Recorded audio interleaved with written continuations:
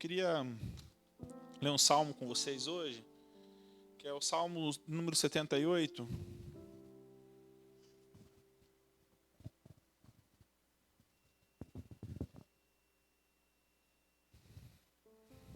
Esse salmo eu estava meditando essa semana.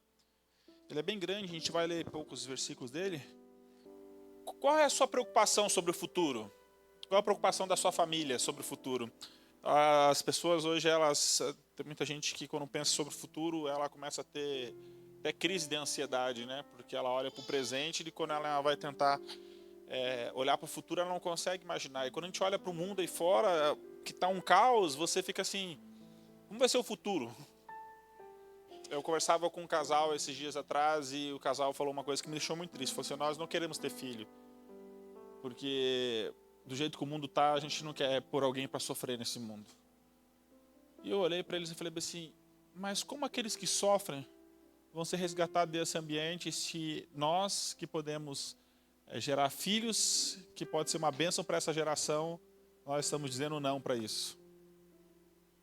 Bem diferente de outras religiões que têm crescido muito, que faz 5, 6, 7, 8 filhos, com a intenção de poder multiplicar as suas crenças. O cristão de hoje em dia, ele recuou. Muitos porque falam bem assim, não, por causa do dinheiro, dá muito gasto, né? Pensava que era o leite lá no começo que era o problema. E hoje em dia, o adolescente já quer comer sushi, né? Que é caro também, né? Então, o pai achava que gastava muito com nã, né? Aí depois é McDonald's, é sushi, é uma saída. E ali já chegou a parte que ela come um lanche. Antes eu ficava olhando, ela não aguentava, né? Eu falava, vai vir pra mim, né? Hoje é ela que olha o meu lanche, né? Você não vai querer mais, pai? Então, você começa a perceber, começa a inverter as coisas, né?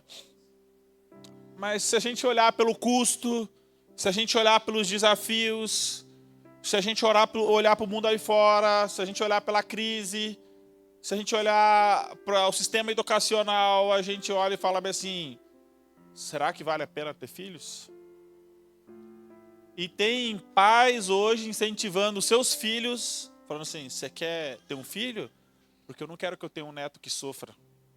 Não é só uma crise do pai, mas é a crise dos avós hoje também, né? Ao mesmo tempo que querem ter um netinho, ao mesmo tempo há um medo do futuro, do que vai ser. Agora, gente, se tem uma esperança para esse mundo caído, é a Igreja de Cristo, sabia? Porque enquanto a Igreja de Cristo estiver aqui na Terra, quer dizer que tem esperança para o perdido. No dia que Deus levar a sua igreja, quer dizer que acabou a esperança, né? É o meio por qual Deus resgata o pecador, é o meio pelo qual Deus usa. Nós somos como cartas vivas nesse mundo.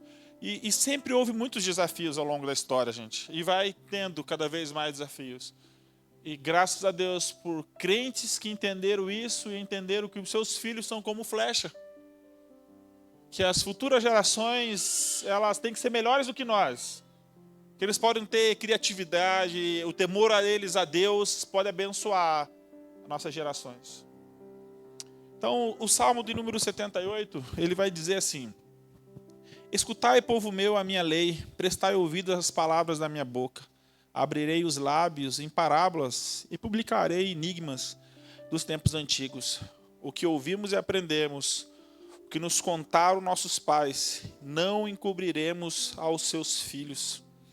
Contaremos à vindoura geração os louvores do Senhor e o seu poder e as suas maravilhas que fez. Olha que interessante. Ele começa falando sobre escutar, é a mesma ideia lá, você que já conhece um pouquinho Deuteronômio 6, parece que é a mesma expressão, escutai.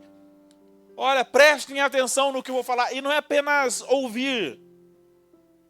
Ele falou assim, presta atenção, o salmista falando. E esse é um salmo, gente, que ele vai falar desde a época do Egito. E se você continuar lendo ele em casa, desafio você, ele vai até abranger Davi, Saul. Olha o tamanho do contexto histórico que ele está usando nesse salmo. Do Egito ao reinado de Davi. E ele está começando a falar assim, escute essas palavras. Abram os seus lábios. Falem dessas parábolas. O que nós vamos falar? Aquilo que nós ouvimos e aprendemos. O que nós ensinamos? Nós passamos um mês aqui e vocês têm aprendido ao longo do tempo muitas coisas aqui na igreja, não é verdade? Deus não tem te ensinado. Mas o maior desafio, gente, é como pegar tudo isso que Deus tem nos ensinado, aplicar na nossa vida. Mas não basta isso. É como nós vamos ensinar para uma geração totalmente diferente da nossa, que aprende de uma maneira totalmente diferente de nós. Uma geração tecnológica que quer as coisas muito rápido. Eu tenho um amigo que ele é um historiador. Esses dias um menino falou bem assim para ele. Eu dei risada, até mandei uma mensagem para ele, porque o menino escreveu bem assim num vídeo dele. Muito bom, eu gosto de você falando, cara, mas você é muito maçante, você demora muito para responder uma pergunta. Porque ele traz todo um contexto histórico para tentar explicar, né? Ele falou, obrigado pela sua observação, mas se você quer se aprofundar em alguma coisa, deixe de pegar vídeos de corte no YouTube ou no Instagram e comece a aprofundar em assuntos de uma forma mais duradoura, que você vai ter mais informação. Porque é uma geração que gosta dos cortes, já reparou?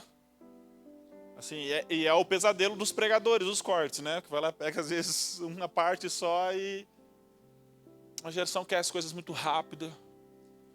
Hoje em dia você vê assim que as plataformas digitais, elas criam conteúdo mediante aquilo que eles vendem, as pessoas que vão consumir aquilo, e elas colocam assim vídeos, isso aqui tem que ser um vídeo curto, isso aqui tem que ser um vídeo desse tamanho, tem que ser dessa maneira, por quê? Porque essa geração ela aprende desse jeito.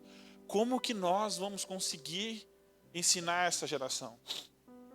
E o desafio aqui, gente, não é apenas, não sei se vocês perceberam, mas eles falam assim, não encobriremos. Não encobrir, no 4, né? A relação aos filhos, contaremos a vindoura geração. Isso aqui quer dizer que é para a geração que nem nasceu ainda. É a geração, talvez, dos nossos netos. Como essa geração vai conhecer a Deus? Eu vejo muito pai na igreja hoje contente porque o filho vem num culto de domingo. Porque um filho se diz cristão, porque o filho é uma boa pessoa, porque o filho se batizou, mas isso é insuficiente, sabia? Se nós não transmitirmos a lei de Deus, se esse jovem, essa criança, adolescente não aprenda a amar ao Senhor, provavelmente os seus filhos não conhecerão a Deus. Nós vemos aqui, gente, gerações nesse texto. E quando nós olhamos para o deserto, que ele vai começar falando sobre a primeira saída, o povo que saiu do Egito, aquela geração morreu no deserto, pela sua incredulidade. Quando o Moisés está falando para eles, Deuteronômio 6, aquela geração já tinha morrido. Ele está falando agora para uma geração órfã, porque já não tinha seus pais. E de repente essa geração, a segunda geração entra na terra. E possui a terra. Daqui a pouco vem a terceira geração. E uma coisa que essa semana ficou mexendo comigo. Josué diz, né? Eu e minha casa serviremos ao Senhor. Mas no início de Juízes, a terceira geração, o que acontece? A partir do momento que Josué morre, fala bem assim, seus pais, aquela geração que nasceu na terra prometida, não conhecia mais o Senhor. Nós estamos falando sobre 3 gerações. E aí o que acontece? Vem os juízes. Deus levanta juízes. De repente, lá na frente, a gente vê que não tinha substituto. E aí o povo começa a reclamar com Deus, e fala assim, nós queremos um rei ser igual às outras nações. E porque não tinham substitutos, porque seus filhos não seguiram a lei do Senhor, de repente... O que a gente vê na história? Então, Saul é ungido rei, depois Davi, e aí depois Salomão, depois a gente tem a divisão do reino, e daqui a pouco você vai ver assim, e fizeram o que era mal, seguindo os passos do seu pai, dos seus pais, e desobedeceram contra o Senhor, fazendo o pior do que seus pais fizeram. E quando eu fiquei olhando para esse texto essa semana, 2 coisas falaram muito comigo, sobre o que ouvimos e aprendemos no versículo 3, que nós transmitimos aquilo que nós absorvemos, sabia? E eu fiquei assim me perguntando essa semana, porque não é só o falar assim, filha, vai para a igreja, Liz, ame ao Senhor. Mas é alguma coisa, algo de coração, é o que está dentro de mim. Ensinamos o que está dentro do nosso coração, sabia?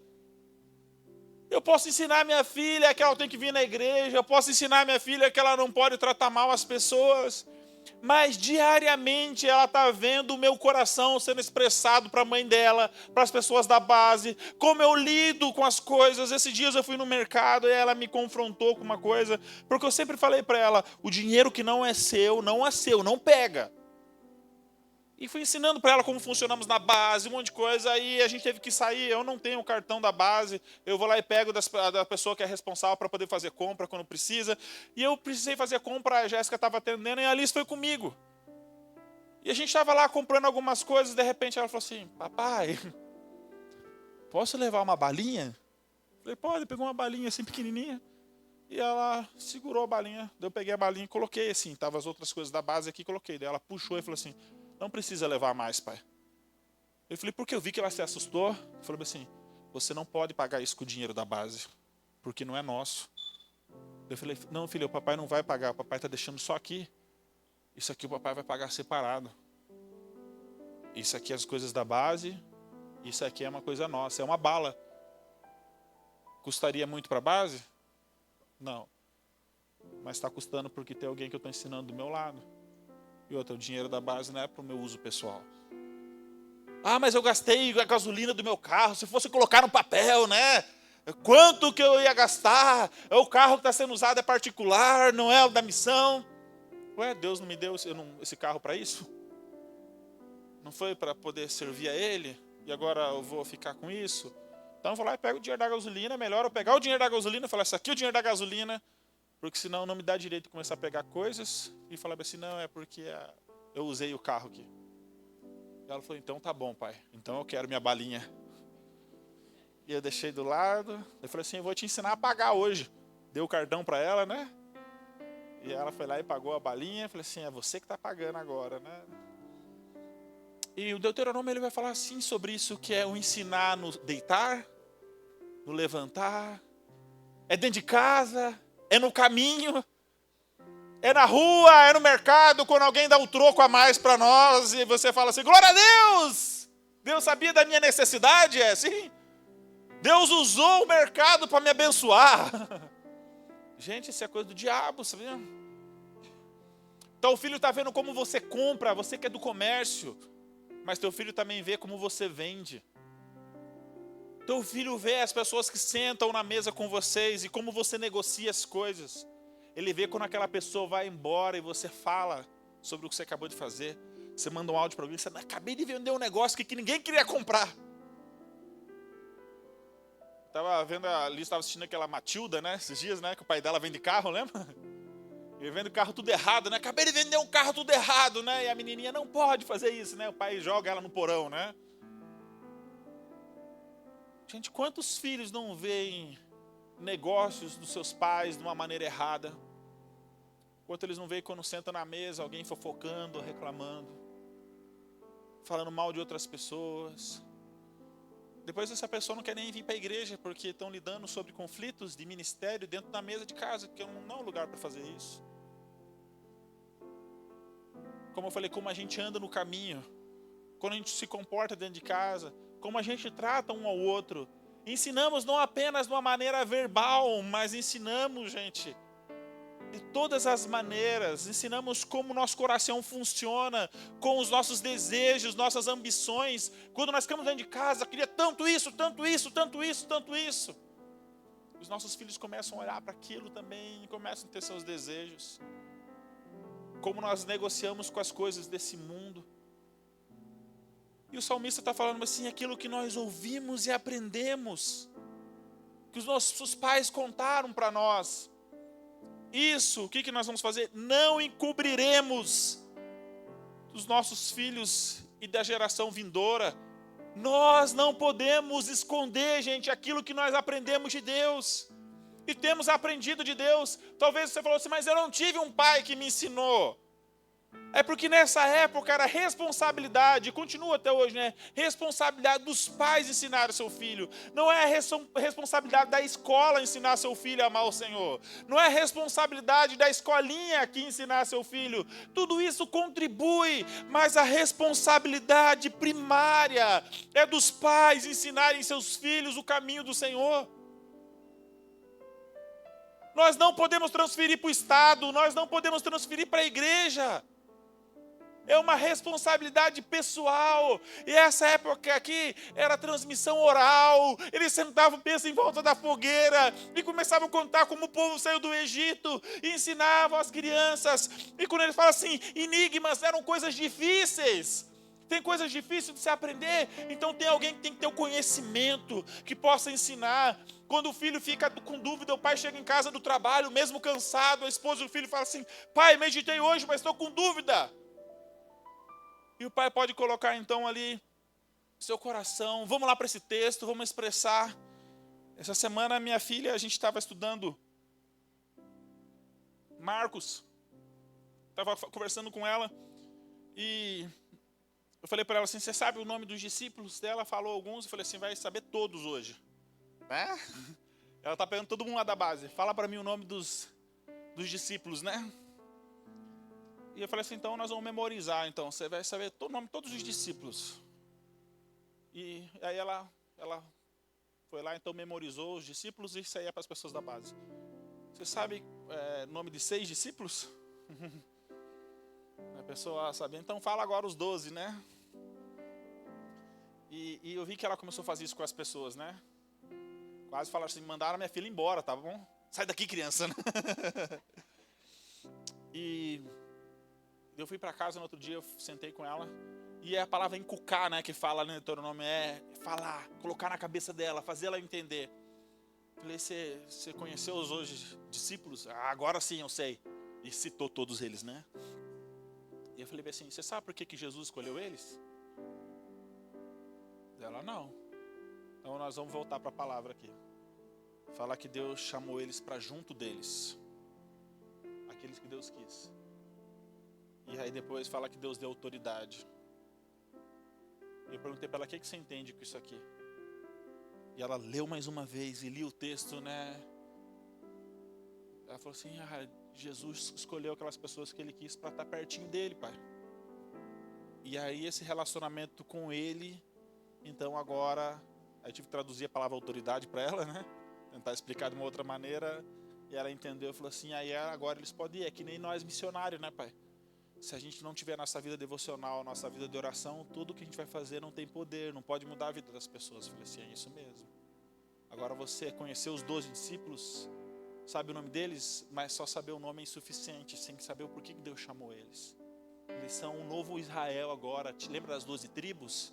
Lembra? Então agora Deus está fazendo um novo povo, representando agora, através desses homens aqui, que iam espalhar pelo mundo, levando a notícia, e ficamos ali conversando. E você pensa que eles não entendem?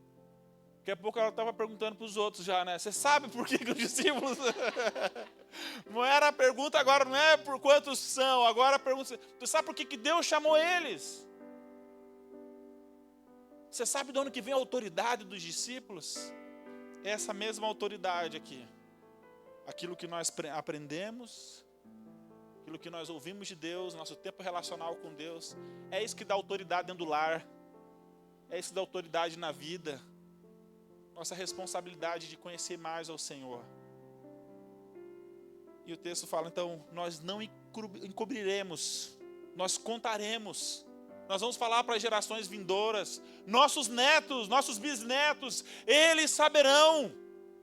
Nós não queremos ser, gente, como a geração passada, quando você vê assim um homem levantando, fazendo muita coisa, daqui a pouco a próxima geração, é triste poder ouvir isso, se esqueceram do Senhor.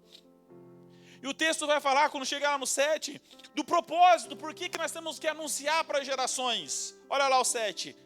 Para que pusessem em Deus a sua confiança e não esquecesse dos feitos de Deus, mas lhe obedecesse os seus mandamentos.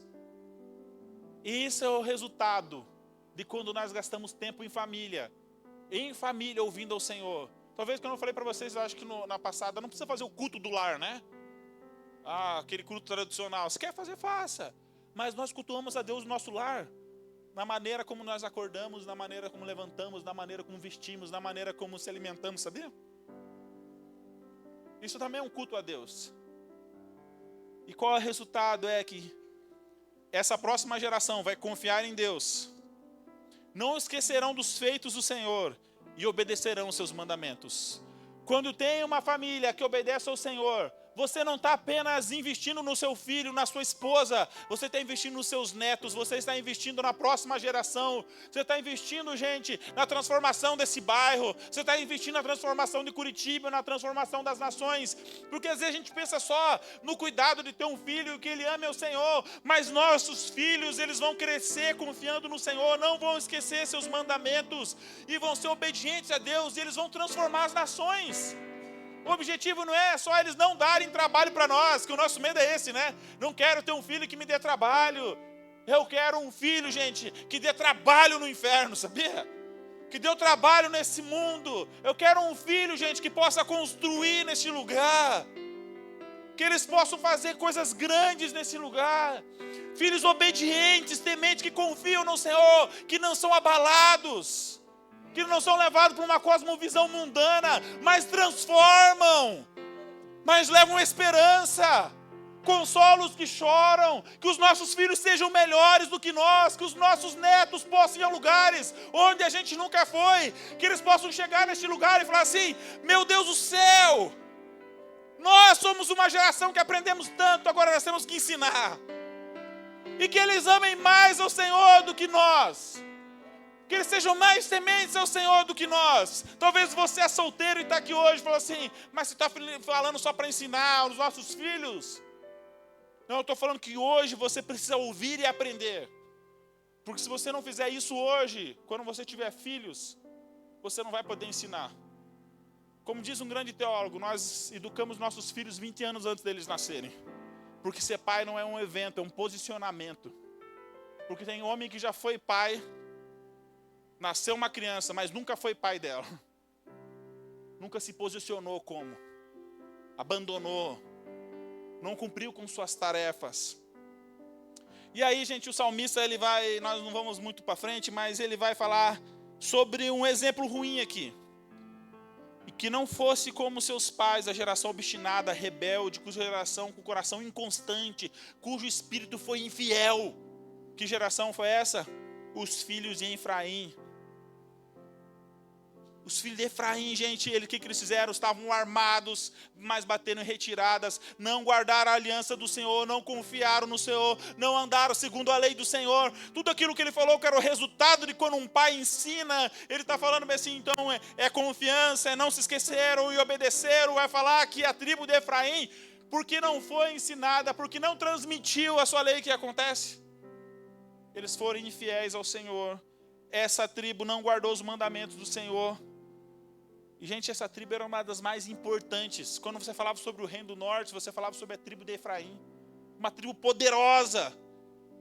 Sabe onde que ficava a região, onde que ficava o tabernáculo? Na região de Efraim. E aí, sabe o que acontece? Essa tribo é substituída depois lá na frente, né? Onde que é construído o templo? Em Judá. E aí você não ouve mais coisas boas de Efraim, você começa a ouvir coisas boas sobre Judá. E quando vai falar sobre o Israel caído, muitos autores usam a tribo de Efraim, representando toda a tribo do norte. Das 10 tribos, lembra? As que ficaram para cima, todas elas se desviaram. Uma geração que era tão promissora, gente, se afastou do Senhor. E sabe o que acontece? Se afastaram da lei do Senhor. E o resultado disso aqui é uma geração que se perdeu. Como seus pais se perderam lá no deserto. E você viu que você pode se perder no deserto. Você pode se perder na terra prometida. Você pode, não é o lugar, gente. Porque a gente fica assim, mas no deserto, né?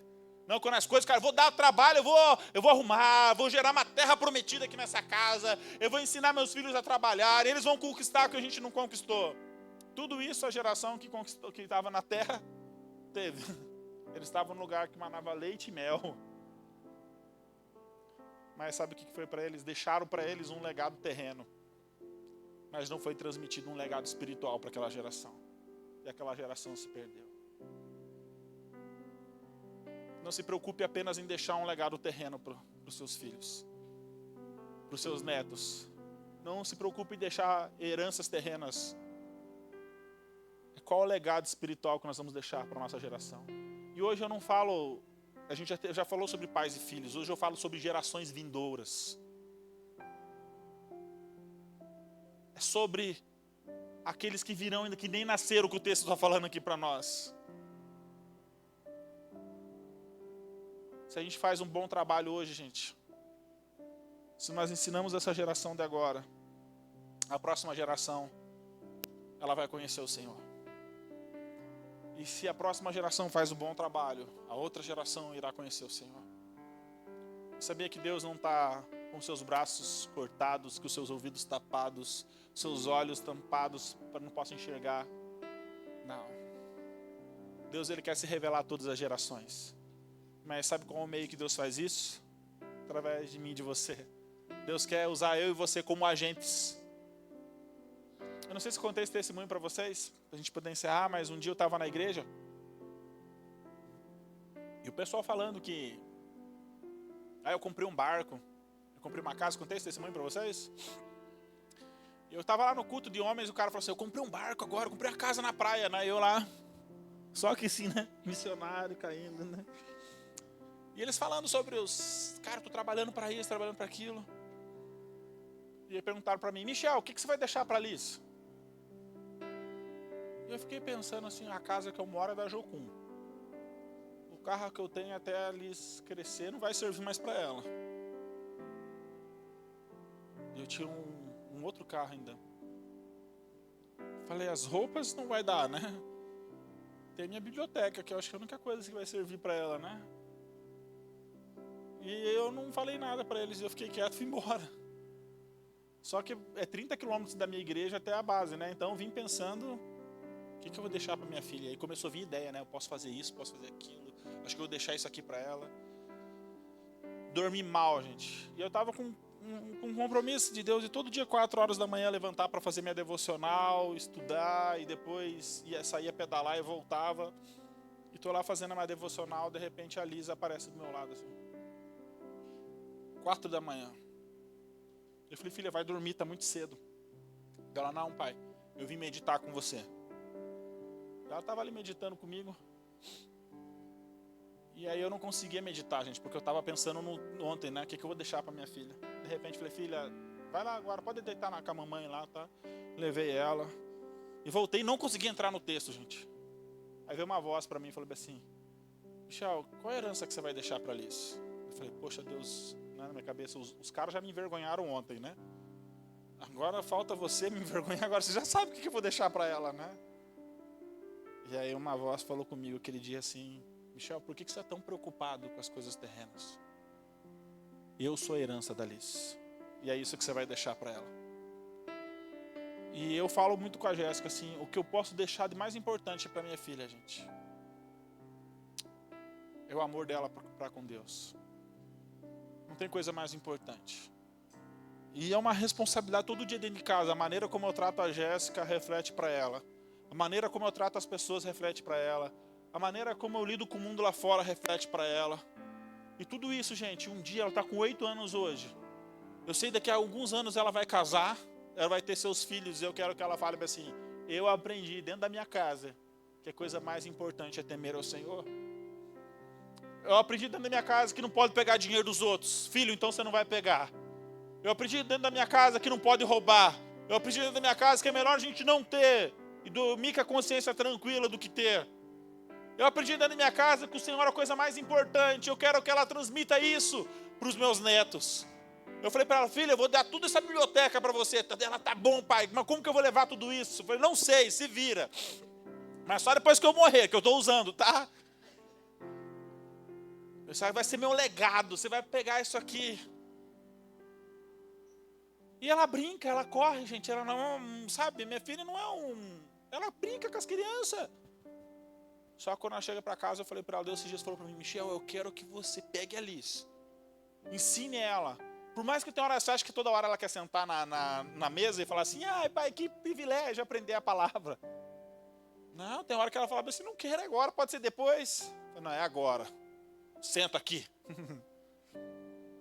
Só que daí eu vejo quando ela está assim, eu pego bonequinhos, pego as bonecas delas. Olha lá, os 12 discípulos, vamos pegar aqui, ó, vamos colocar, são 12 bonecas aqui, tá? Esses dias eu já estava falando sobre Natanael, dela não estou entendendo, pai, o chamado Natanael. Então tá bom, deixa eu entrar na internet, deixa eu ver, chamada Natanael. Daí apareceu, ela é visual, na hora que eu coloquei chamada Natanael, ela foi lá, viu? Ela começou a questionar eles, mas isso aí não está na Bíblia, né, pai? Eu falei, não, filho, é só um videozinho assim, né? Mas ela entendeu. Tem o Superbook, não sei para você que é pai, que gosta, coloque para o seu filho, é muito interessante, onde está assistindo o Jonas, né? Daqui a pouco, pai, olha só, o Jonas estava boiando aqui e o peixe foi lá e pegou ele depois, era uma baleia. A Bíblia não diz que é uma baleia. Eu falei, é isso mesmo. Você vai ensinando no dia a dia, você vai ensinando no deitar, você vai ensinando no levantar, e de repente eles vão aprendendo a amar o Senhor, eles vão aprendendo a amar o Senhor, e vão aprendendo a amar o Senhor. De repente eles estão nos questionando, por que você falou assim, por que você não orou agora, pai? Você está comendo sem orar, pai? E eles ficam terríveis com a gente. Você fala alguma coisa mais alta, você está gritando, pai? Você não ensinou lá na igreja que não podia? É? Dá vontade de nem trazer elas para ouvir as pregações, né? Só que é isso. Nosso grande missionário chamado Ronaldo Lidório, ele conta uma história, não sei se já ouviram, do seu João. Ronaldo Lidório foi para uma tribo onde que acreditava que eram 3 povos não alcançados. E ele pega a voadeira, tem que andar 4 dias no meio da selva até chegar, pega um tradutor para chegar na tribo. Quando chega lá, o pessoal está limpando assim a tribo. E o Ronaldo tenta falar com eles, o tradutor vai traduzindo. Eles estavam cantando uma música cristã. O Ronaldo se assustou, esse povo nem conhece a Deus. E pergunta assim, que missionário que veio aqui? Eles, missionário? A gente não sabe o que é missionário, não. Quem evangelizou vocês? A gente não sabe o que é isso que você está falando também, não. Quem falou de Jesus para vocês? Ah, agora sim, quem falou de Jesus para nós foi o seu João. Mas cadê o seu João? Ah, ele mora lá embaixo, no Igarapé, numa casinha de madeira. Deve estar lá na casa dele. E aí Ronaldo Lidório desce, olha dentro de uma casinha, um homem lendo as escrituras, sem nada dentro da casa. E fala assim para esse homem, seu João levanta, oi, quem é? Aqui é o missionário Ronaldo Lidório. E aí o Ronaldo Lidório, o seu João coloca a cabeça para fora da casinha e fala assim, amor, traz as crianças, chegou o verdadeiro missionário aqui em casa. E o Ronaldo com passagem comprada, GPS, um monte de roupa. Falou, quem será que é o verdadeiro missionário aqui, né? Quando vai vir na família, e aí Ronaldo Lidório fica conversando com o seu João, e fala assim, um dia eu estava numa conferência, pergunta, como que você chegou aqui? Eu estava na conferência na Assembleia de Deus sobre missões. E o pregador falava assim, Jesus precisa ser pregado onde ele nunca foi pregado. E ele chegou em casa, a família dele inteira entendeu. E aí eles começaram a evangelizar o bairro e descobriram como família que todo mundo do bairro conhecia Jesus, então eles não tinham que mais morar mais ali. E eles foram na cidade, daqui a pouco eles venderam a casa, pegaram um barco e entraram nos rios e foram indo. Entraram na mata até chegar nessa tribo e quando chegaram lá perguntaram, vocês conhecem Jesus? O pessoal, não conhecemos Jesus. Então amor é aqui que a gente vai morar. E aí Ronaldo Lidório falou assim, seu João, vim sozinho é uma coisa. Vim com a esposa é outra coisa. Mas vim com 4 filhos para o lugar desse? Aí seu João olha para os filhos que estão vindo subindo assim, né? O Igarapé, o barrancão do Igarapé lá embaixo, o riozinho, né? Subindo para chegar na casa. Ele ora e fala assim, olha, eu vou contar um segredo para vocês. Eu tenho uma herança. E aí Ronaldo que olhou para a casinha e falou assim, qual que é a herança que ele vai deixar aqui, né? E aí seu João falou assim, aquilo que os meus filhos viram e ouviram, isso jamais esquecerão. Essa é a herança que eu tenho para eles. Aquilo que eles viram e ouviram, jamais se esquecerão. Ele falou assim, eu não sabia ler e escrever. O Espírito Santo me ensinou a ler e escrever. Eu estou preparando a mensagem. Porque são 6 povos aqui que não conheciam a Deus e Ronaldo pensava que era 3. E hoje vai ter um culto de reconciliação, todos esses povos se converteram. Meus filhos viram, eu aprendi a ler e escrever, foi o Espírito Santo que me ensinou. Meus filhos viram o que aconteceu nessa tribo. Eles viram a grandeza de Deus, Deus salvando esse povo. E é essa herança que eu tenho para os meus filhos. Eles estão vendo e ouvindo o tempo todo, sabia? As gerações, elas estão olhando para uma geração e aprendendo com ela. Nós falamos, essa criança não tem interesse pelas coisas de Deus. Mas quanto tempo eu gasto nas coisas de Deus? Nós falamos, essa geração é muito consumista. Mas quanto dentro da nossa casa nós só falamos sobre obter coisas. E que as coisas que nos trazem alegria, as coisas nos trazem felicidade. As coisas e mais coisas, é um carro melhor, é uma casa melhor. E parece que nunca tem um contentamento pelo que tem. Nós estamos ensinando a próxima geração. Nós estamos falando para aquele que no domingo é ótimo vir no culto, que está bom no culto domingo, e eles estão aprendendo. Daqui a pouco, gente, a gente está igual a outras denominações e religiões que se vir só na missa de domingo é a coisa mais importante, o resto da semana você faz o que você quiser. Daqui a pouco vira só um cristão nominal. E sabe o que é o perigo disso? Porque a outra geração, ela pode ter uma casa melhor, ela pode estar numa terra melhor. Mas sabe o que vai acontecer? Essa geração vai perder aquilo que uma geração não poderia ter perdido, que é a presença de Deus. Eles não conhecerão o Senhor. Aquela geração não conheceu a Deus dentro da terra prometida. E ele vai contar aqui, se você seguir, tantos feitos que Deus fez. A promessa que Deus falou que ia dar uma terra. Eles estavam habitando num lugar que era um lugar de promessa. Mas eles esqueceram a promessa. Eles não conheceram a promessa. E eles não conheceram o Deus da promessa. Não é só sobre os nossos filhos, gente. É sobre os nossos netos. É sobre os nossos bisnetos. A gente começar a clamar para que essa geração seja apaixonada pelo Senhor. Mas para isso, eu e você temos que se apaixonar pelo Senhor. Eu e você temos que amar o Senhor. Nós temos que ser um modelo para essa geração. Nós temos que caminhar com ela. Nós temos que, o máximo, tentar entender essa geração. A cabeça deles é totalmente diferente da nossa, cara. A forma de aprender é totalmente diferente da nossa. E que os nossos filhos, os nossos netos possam ir mais longe do que a gente foi. Você pode ter certeza que daqui uns 10 anos essa igreja não vai estar mais desse jeito, sabia? Porque eles são criativos. Se esses caras falando assim, mas não, mas a igreja foi assim, não vai mudar, é assim mesmo.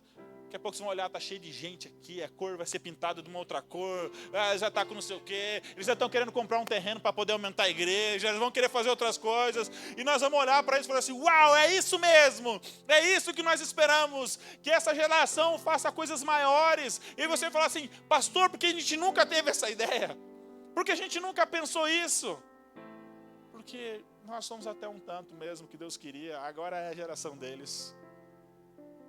Eu ouvia o Francis Chan, essa semana a gente estava numa reunião com ele falava bem assim, que nos Estados Unidos tem muito líder matando a igreja.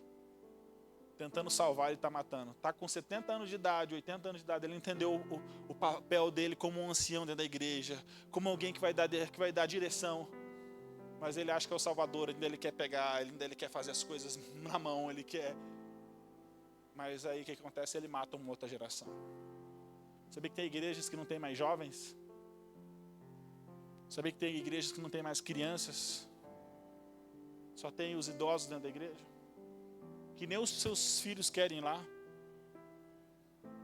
Pela metodologia, pela maneira do culto. Sabe o que isso quer dizer? Que a futura geração já não vai mais frequentar aquele lugar. Templos enormes, gente.